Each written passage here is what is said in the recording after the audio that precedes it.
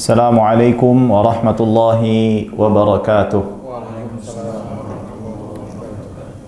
Alhamdulillahi rabbil alamin wa bihi nasta'inu ala umuri dunya waddin, wassalatu wassalamu ala al-mab'uthi rahmatan lil alamin sayyidina Muhammadin wa ala alihi wa sahbihi wa man tabi'ahum bi ihsanin ila yaumiddin.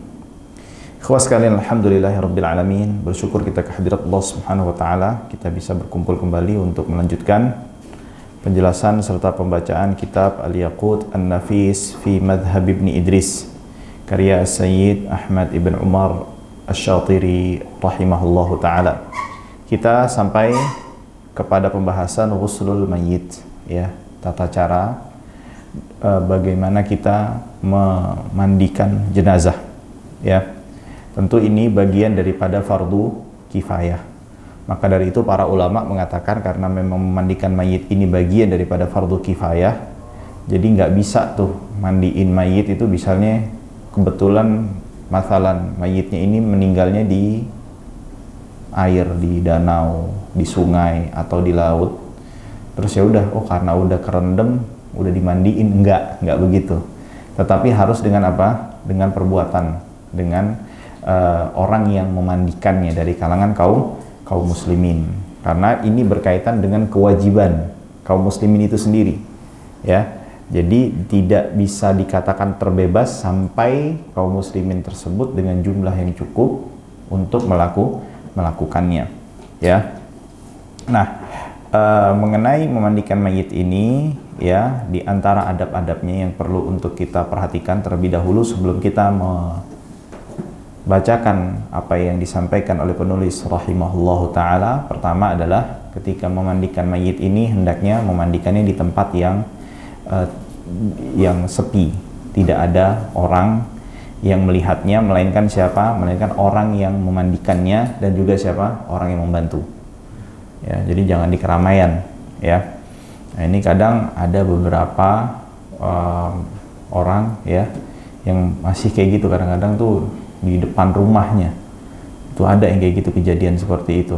Nah, ini termasuk bukan hal yang disunnahkan, yang dianjurkan oleh para ulama, ya. Hal ini berdasarkan sebuah hadis yang dikeluarkan Imam Abu Dawud dari Amir, ia berkata, ghassala an-nabiy sallallahu alaihi wasallam Aliyun, ya, wal Fadl. Yang memandikan Nabi Muhammad SAW itu adalah Ali dan Al-Fadl, ya. Keduanya adalah sepupunya Nabi Muhammad SAW. Wa Usamah ibn Zaid, dan juga Usamah ibn Zaid, ya. Wa hum adkhaluhu qabrahu, dan juga ketiga orang tersebutlah yang memasukkan Nabi Muhammad SAW ke dalam kuburnya, ya.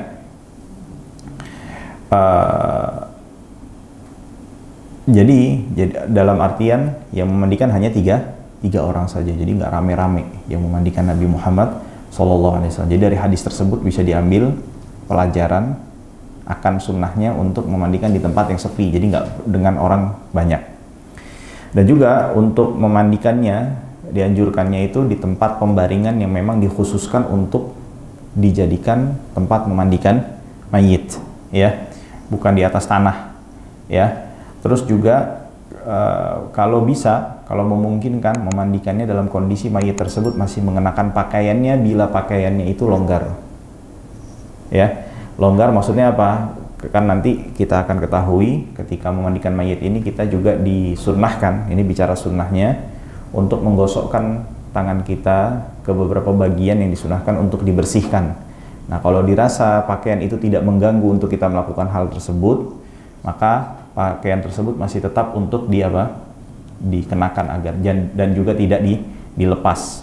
Dan ini termasuk dalam mufradat mazhab Syafi'i. Jadi kesunahan ini termasuk hanya Imam Syafi'i saja yang atau berpendapat dengan pendapat tersebut. Dan juga tujuannya apa? Karena dengan mengenakan pakaian ini lebih menutupi mayit itu sendiri, ya. Jadi benar-benar mayit ini harus seorang muslim ini benar-benar dijaga kehormatannya, baik ketika dia masih hidup maupun sudah mati. Orang kira-kira kalau antum dibuka auratnya bagaimana? Nah, itu kan merasa direndahkan kan? Nah, jadi lihat, ini muslim ini benar-benar dijaga oleh Allah Subhanahu wa taala. Jangan sekali-sekali kita merendahkan, ya, menghinakan, ya, mencederai daripada harga dirinya. Hati-hati, ya. Apalagi kalau orang tersebut daripada ahlul ilm, hati-hati. Karena Imam Ibnu Asakir mengatakan yang kurang lebih maknanya luhumul ulama masmumah, dagingnya para ulama ini beracun. Daging ulama itu apa? Beracun, ya. Nah, tadi sudah disampaikan hal ini berdasarkan sebuah hadis yang dikeluarkan Imam Abu Daud juga dari Sayyidah Aisyah radhiyallahu taala anha. Ia berkata, "Lamma aradu ghuslan Nabi sallallahu alaihi wasallam atau ghuslan Nabi sallallahu alaihi wasallam, qalu wallahi ma nadri an nujarridu Rasulullah min thiyabihi kama nujarridu mautana." Para sahabat ini ketika mau memandikan Nabi Muhammad sallallahu alaihi wasallam, ya, ketika mau memandikan Nabi Muhammad sallallahu alaihi wasallam itu mereka tidak artinya berselisih. Apakah kita memandikan dengan cara melepaskan terlebih dahulu pakaiannya Rasulullah atau membiarkan pakaiannya masih dikenakan oleh Nabi Muhammad SAW?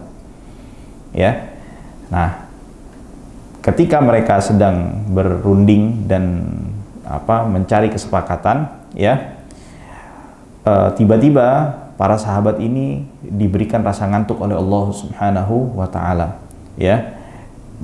Tidak tersisa di antara mereka melainkan dagunya ini ada di dadanya. Artinya apa? Tidur. Ya.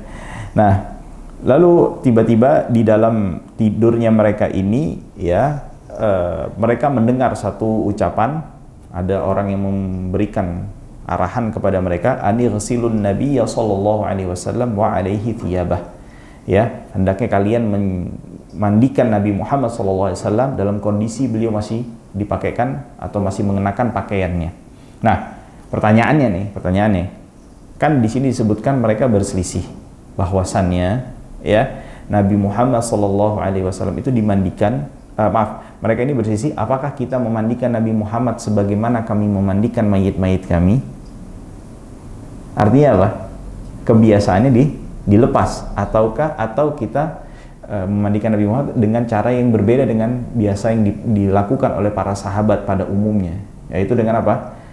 Melepas dan membiarkan Nabi Muhammad SAW atau dibiarkan pakaiannya masih tetap melekat pada Nabi Muhammad SAW. Jadi terkesannya kan ini seperti khususiat kan? Jadi pahami ya? Nah, tetapi perlu diketahui bab khususiat, kekhususan Nabi Muhammad SAW itu berlaku bila ada dalil yang tegas yang menunjukkan bahwasannya itu khusus untuk Nabi Muhammad SAW. Secara umum yang terjadi, yang dilakukan oleh Rasulullah SAW itu juga berlaku untuk seluruh umatnya. Terlebih lagi hal ini dilakukan oleh para sahabat dan tidak ada pengingkaran di antara mereka. Artinya apa? Ada semacam kesepakatan. Nah, atas dasar inilah ulama Syafi'iyah mengatakan bahwasannya dianjurkannya itu kalau memandikan mayit itu apa? Dengan tetap membiarkan pakaiannya dipakai, ya. Lalu diantara yang disunahkan, ya, yang adabnya juga ini kalau mandikan mayit itu dengan air dingin, ya, karena itu lebih menguatkan badan, ya. Dikarenakan kalau pakai air hangat itu lebih menjadikan badan ini lebih lemas, ya. Jadi pahami ya.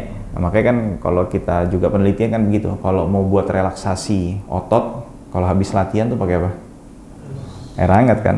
Nah, makanya itu para ulama juga mengatakan kalau mandikan mayit itu juga pakai air dingin. Dan juga dengan air dingin ini, kecuali air dingin, air hangat ini dirasa lebih membersihkan.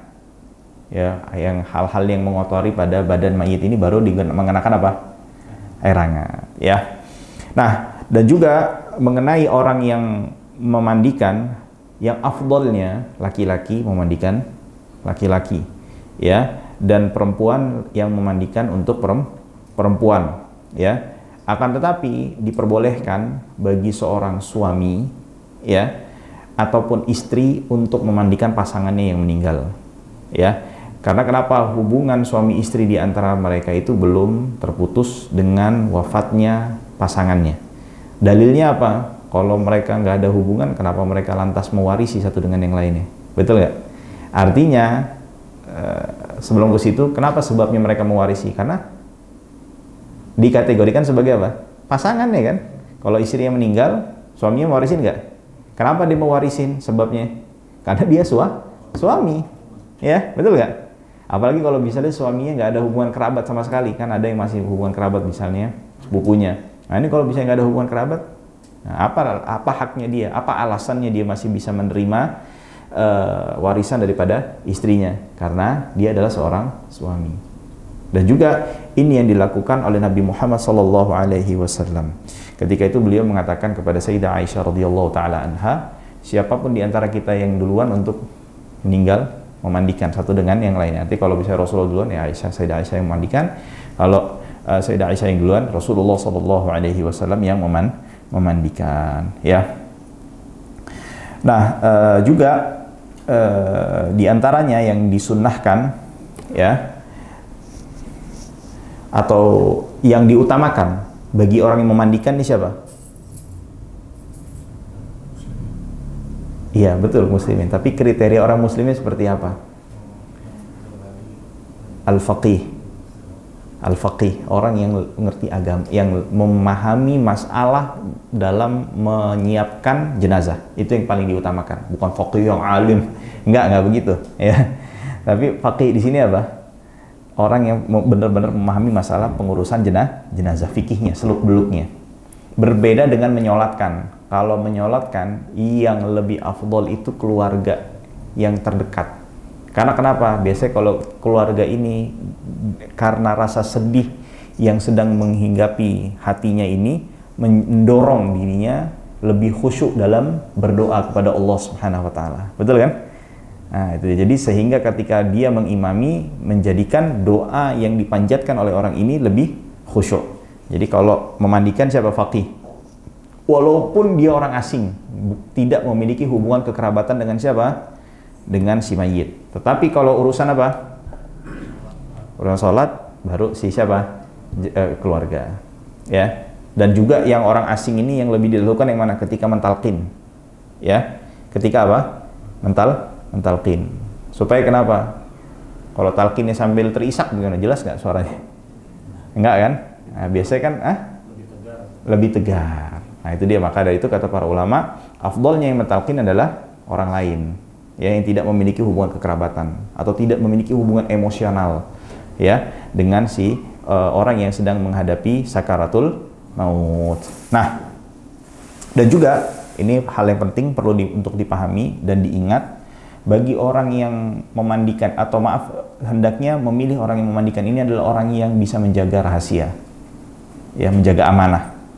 Mengapa demikian? Kalau misalnya, ya, ada hal-hal yang tidak layak atau tidak, bila seseorang dalam kondisi seperti itu tidak ingin diketahui oleh orang itu, supaya dia tidak menyebarkannya. Paham ya? Karena begini, ini perlu dipahami. Tidak setiap gejala fisik yang terjadi pada mayit itu menunjukkan bahwasannya mayit tersebut su'ul khotimah. Paham ya? Nah, kayak ada orang misalnya ciri-ciri fisik menghitam di bagian tertentu pada tubuhnya. Ini kayak diadab. Enggak, jangan begitu.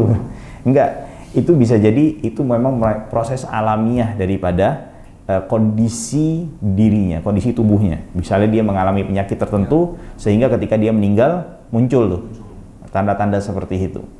Nah, tapi juga bagi orang yang meninggal, yang memandikannya jangan untuk menyebarkannya, nggak boleh, ya, tidak boleh untuk apa? Menyebarkannya, kecuali orang tersebut adalah ahlul bid'ah yang benar-benar disepakati kebid'ahannya dan dia orang yang apa? Senantiasa mendakwahkan kebid'ahannya, orang untuk melakukan atau mengikuti bid'ah yang dia lakukan. Nah, para ulama menjelaskan baru kalau kayak gini nih boleh. Seperti ini baru apa? Boleh. Nah, ada kan, tapi kalau misalnya memperlihatkan ya tanda-tanda yang menyenangkan, membuat orang bahagia, kayak contoh apa? Bersinarnya wajah, tersenyumnya wajah, ya, itu boleh. Untuk apa? Untuk disebarkan. Tujuannya apa? Untuk menumbuhkan rasa semacam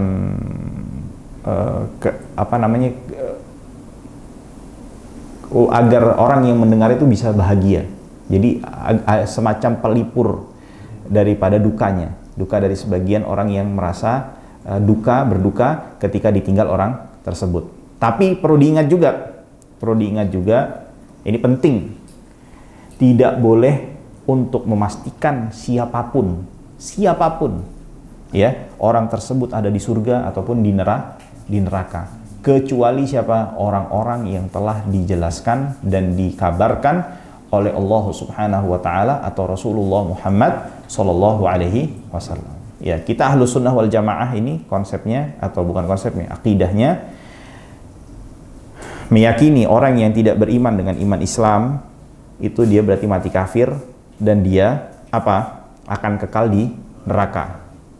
Ini bicara akidah secara umum. Tetapi kalau kita bicara setiap orang yang meninggal yang notabene kita mengetahui bahwasannya dalam semasa hidupnya dia tidak pernah beriman kepada Allah Subhanahu wa taala, kita tidak boleh untuk mengatakan fulan pasti neraka.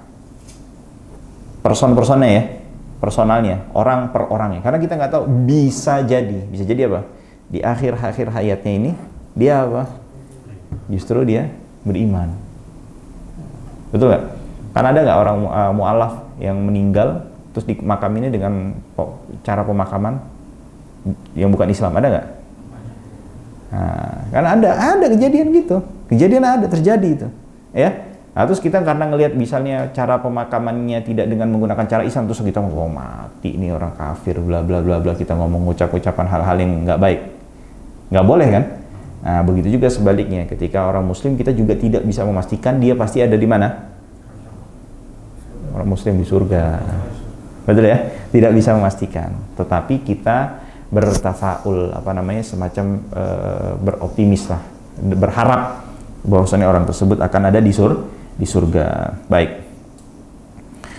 Hal tadi berdasarkan sabda Nabi Muhammad SAW, man satara musliman satarahullahu fid dunya wal akhirah. Siapa yang menutup aibnya seorang muslim, Allah tabaraka wa ta'ala akan menutup aibnya di dunia dan juga di akhirat. Nah, jadi kalau mau tertutup aib kita nih, jangan suka buka aibnya orang, apalagi sampai nyari. Nah, itu bahaya itu. Dan juga Rasulullah SAW mengatakan, uzkuru mahasina mautakum, ya, wa kaffu an masawihim, ya. Sebutkanlah kebaikannya orang yang meninggal di antara kalian dan udah jangan diomongin keburukannya. Ini sabdanya Nabi Muhammad SAW. Baik, kita masuk kepada penjelasan atau apa yang dituliskan oleh penulis rahimahullahu ta'ala. Beliau mengatakan, aqallu ghuslil mayyiti ta'mimu jasadih. Ya, minimalnya seseorang dikatakan telah melaksanakan kewajiban untuk memandikan mayit itu dengan apa? Meratakan seluruh badan mayit tersebut dengan air bilma. Ya, tentu hal ini perlu diperhatikan, ya, ketentuannya harus sebelum melakukan hal tersebut menghilangkan najis yang ada pada tubuhnya. Dihilangkan dulu najis-najisnya. Kalau sudah dihilangkan baru disiramkan air. Mengapa demikian? Kalau misalnya disiram air terus najis, ya udah akhirnya airnya bercampur dengan apa? Dengan najis, ya. Dan bagi orang yang memandikan tidak wajib untuk niat. Tidak wajib untuk apa? Niat. Karena ini bukan apa? Bukan ibadah, tetapi betul ibadah, tapi ibadahnya takrim, menghormati. Kita menghormatin tamu ini ibadah nggak? Kita lakukan hormatin tamu tanpa kita niat dapat pahala nggak? Khalas. Jelas ya? Jadi kurang lebih seperti memandikan mayit, ya. Nah, lalu selanjutnya ya jasadihi, tentu pada seluruh jasadnya. Nah, yang perlu diperhatikan nih, kalau misalnya ada yang meninggalnya qadarullah, ada yang meninggal qadarullah belum disunat. Nah, ini wajib bagi orang yang memandikan untuk membersihkan di bagian yang tertutup oleh bagian lebihnya itu. Paham ya? Ketutupan yang tertutup sama kupluk nih. Ya. Nah, itu wajib. Nah, itu nanti ada khilafiyah tuh ulama, kalau misalnya nggak ada air tayamum, lalu orang masih ada kupluknya, disolatin apa enggak, itu ada khilafiyah di antara para ulama. Kita nggak bicarain ini karena masalahnya masalah yang jarang, ya. Lalu selanjutnya beliau mengatakan wa akmaluhu, dan yang paling bagusnya, sempurnanya, pertama adalah wa akmaluhu ijlasuhu ma'ilan ila qafah. Pertama, menjadikan mayit ini posisinya duduk tetapi agak miring ke belakang dengan menyandarkan menyandarkan mayit ini posisinya pada bagian tengkuknya. Di mana? Di bagian punggungnya, di tumit astagfirullahaladzim, di dengkul apa ya bahasa yang ajib, lutut. Pada bagian lutut kita, ya. Wa isnaduhu dhahrihi, dan kita pegang, ya, tengkuknya ini dengan tangan kanan. Pegang dulu tangan kanan, punggungnya bersandar kepada lutut kita, ya. Nah, lalu kita urut dengan tangan kiri kita pada bagian mana? Pada bagian perutnya, ala batnihi, ya. Supaya apa tujuannya? Mengeluarkan najis yang ada di dalam mana? Di dalam perutnya. Jadi kalau ada sisa-sisa daripada kotoran, terus air kencing yang belum sempat dikeluarkan atau tidak keluar, itu untuk dikeluarkan, ya. Lalu thumma ghaslu sawataihi bi khirqah. Nah, lalu pakai sarung tangan, jangan langsung dengan tangan kita. Apa itu? Mencuci atau membersihkan, kemaluan dan duburnya, ya, dibersihkan tuh, ya. Lalu dengan thumma, dan menggunakan dengan sarung tangan yang berbeda. Jadi jangan dicampur. Jadi kan sudah dikeluarin nih pakai tangan kiri, keluar kan? Keluar nih kotorannya, terus dibersihkan pakai tangan kita nih. Tangannya jangan langsung sentuh langsung, kontak langsung, tapi dengan sarung tangan. Nah, sarung tangan ini kalau bisa diganti itu lebih afdol, kalau enggak minimal sarung tangan ini dibersihkan terlebih dahulu, ya. Tapi afdolnya apa? Ganti. Karena kenapa? Nah, ini karena dengan sarung tangan yang baru itu disunahkan untuk membersihkan giginya, hidung, lubang telinga. Masa bekas itu kan terus dibuat, jangan kan? Nah, antum juga kira-kira gitu mau nggak? Kan nggak mungkin ya. Ya. Nah, thumma tawdi'atuhu, lalu setelah itu baru diwudukan. Ya, diwudukan, ya, dengan mengikuti wudhu yang biasanya dilakukan oleh kita semua, ya. Mencuci wajahnya, ya, kumur cuman hanya sekedar dimasukkan airnya seperti itu, ya. Lalu thumma ta'mimuhu bil ma'i thalathan, ya. Lalu kita guyur, ya, ratakan, ya, badannya seluruhnya dengan air. Berapa kali? 3 kali, ya.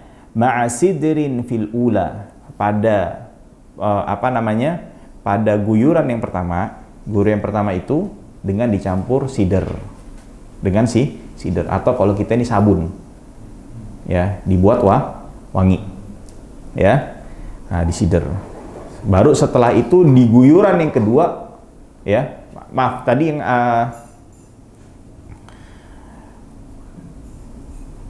guyuran yang kedua itu dengan menggunakan apa? Air biasa. Air biasa. Jadi afdolnya tuh sediakan berapa ember? 3 ember. Ember pertama ini dengan air sabun, ember kedua air yang tidak ada campurannya, yang ketiga adalah ember apa? Nah, ada kafurnya, kafur barus. Ya, tujuannya apa? Dengan kalau yang sider ini untuk jadikan mayit ini sebagai penghormatan supaya wangi. Adapun kapur barus ini tujuannya apa? Untuk menjadikan mayit ini tidak cepat dihinggapi oleh ya lalat, binatang-binatang yang bisa yang memang sebagai bentuk proses alamiah ya. Yang dimana umumnya ada juga binatang kan, binatang terus gerogotin dan segala macam supaya apa namanya istilahnya penguraian, betul ya. Lalu wa qalili kafurin fil akhirah ya, dan sedikit dengan dicampur kapur barus itu pada guyuran terakhir. Nah, ke semua rangkaian tersebut masih terhitung berapa? 1 kali. Jelas ya? Nah, di afdolnya itu apa? Diulangi 3 sampai 5 kali. 3 sampai berapa kali? 5 kali. Hal ini berdasarkan apa namanya hadis yang diriwayatkan ya dalam sebuah hadis yang diriwayatkan Imam Bukhari dan juga Muslim dari Ummu Atiyah ya, di mana Rasulullah SAW datang menemui saya. Ketika itu beliau sedang memandikan salah seorang putrinya Rasulullah SAW. Lalu beliau memberikan instruksi ketika masuk, irsilnaha thalathan aw khamsan. Mandikanlah sebanyak 3 kali atau 5 kali. Au akthar min dzalik, atau lebih enggak apa-apa. Ya. Min dzalika in ra'aitunna dzalika bima'in wasidrin. Kalau memang kalian melihat itu dibutuhkan. Ya, dengan air dan campuran sidr. Waj'alna fil akhirati kafuran aw syai'an min kafur, dan jadikan pada guyuran yang terakhir itu dengan campuran kapur barus. Fa idza faragna fa'adhanani. Kalau sudah selesai panggil Rasulullah sallallahu alaihi wasallam. Baik. Nah, adapun kalau misalnya mayitnya ini orang yang meninggal dalam kondisi sedang berihram ya, sedang umroh atau haji, maka hal-hal yang dilarang ya untuk orang melakukan ketika dia sedang berihram ini juga masih berlaku ketika dia sudah meninggal. Apa itu maksudnya? Kan diantara sunnahnya membasuhnya dengan apa? Mengguyurnya dengan air yang dicampur dengan parfum atau wewangian. Nah, itu maka jangan dilakukan kepada siapa? Orang yang meninggal dalam kondisi sedang berihram. Ya, karena Rasulullah Shallallahu Alaihi Wasallam bersabda, nanti orang tersebut ya dalam dibangkitkan oleh Allah Subhanahu Wa Taala dalam kondisi dia sedang bertalbiyah. Ya, dalam kondisi apa? Bertalbiyah. Ya. Nah, juga ketika seseorang sudah selesai memandikan mayit ini untuk dilemaskan ya persendiannya. Jadi tekuk-tekuk gini supaya tidak terlalu kaku. Dan ketika sudah selesai ya, hendaknya ketika mengeringkan, benar-benar mengeringkan sampai benar-benar kering. Jadi jangan kering-kering yang masih agak-agak basah-basah dikit gitu. Harus benar-benar kering. Supaya kenapa? Pertama, biar kain kafannya nggak basah. Kedua, juga kadang-kadang setelah dimandikan itu masih keluar lagi. Nah, kalau misalnya masih ada basahannya, itu dikhawatirkan bisa bisa menjadikan yang keluar tersebut akan melebar kemana-mana. Ya. Nah, kalau udah kayak gitu gimana? Ya udah, kalau udah biarin saja. Kalau sudah seperti itu biarkan saja ya. Nah, dan juga kalau seorang mayit ini dimakruhkan untuk mencukur rambutnya, menggunting kukunya, ya. Walaupun kadang nanti terlihat nih, memang kalau mayit itu terlihat kukunya lebih panjang, bukan berarti itu tumbuh, enggak. Badannya menyusut. Ketika badannya menyusut, akhirnya terlihat kukunya lebih panjang. Ya. Jadi jangan dianggap ini kukunya panjang, ini enggak. Itu proses hal alamiah. Maka ulama mengatakan dimakruhkan untuk dipotong kukunya ya. Jadi dibiarkan saja seperti halnya dia meninggal ya. Nah, maka itu juga bagi orang yang muhrim itu juga nggak boleh tuh, apalagi makruh. Orang yang tidak muhrim aja makruh. Orang yang berihram dicukur rambutnya haram. Karena kan nggak boleh kan? Ketika orang sedang posisi berihram, dia apa? Dicukur rambutnya. Dan juga tidak boleh dikenakan parfum. Dan juga tidak boleh dipakaikan pakaian yang membentuk anggota tubuh utuh. Ya. Nah, juga bagi orang wanita yang muhrimah, tidak boleh untuk ditutup wajahnya. Ya.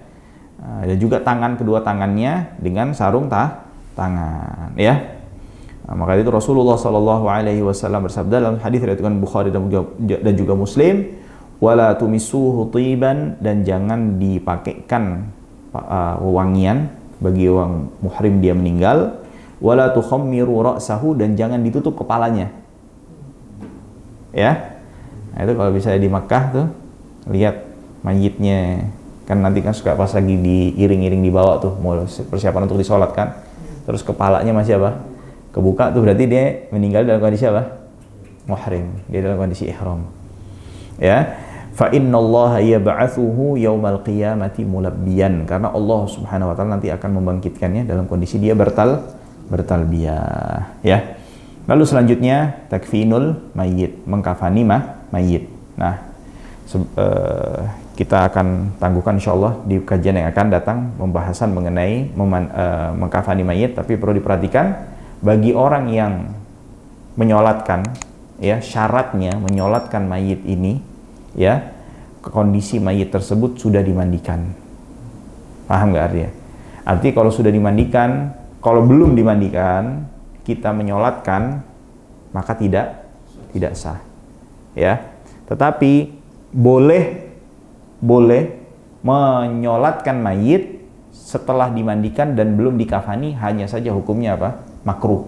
Kata para ulama hukumnya apa? Makruh.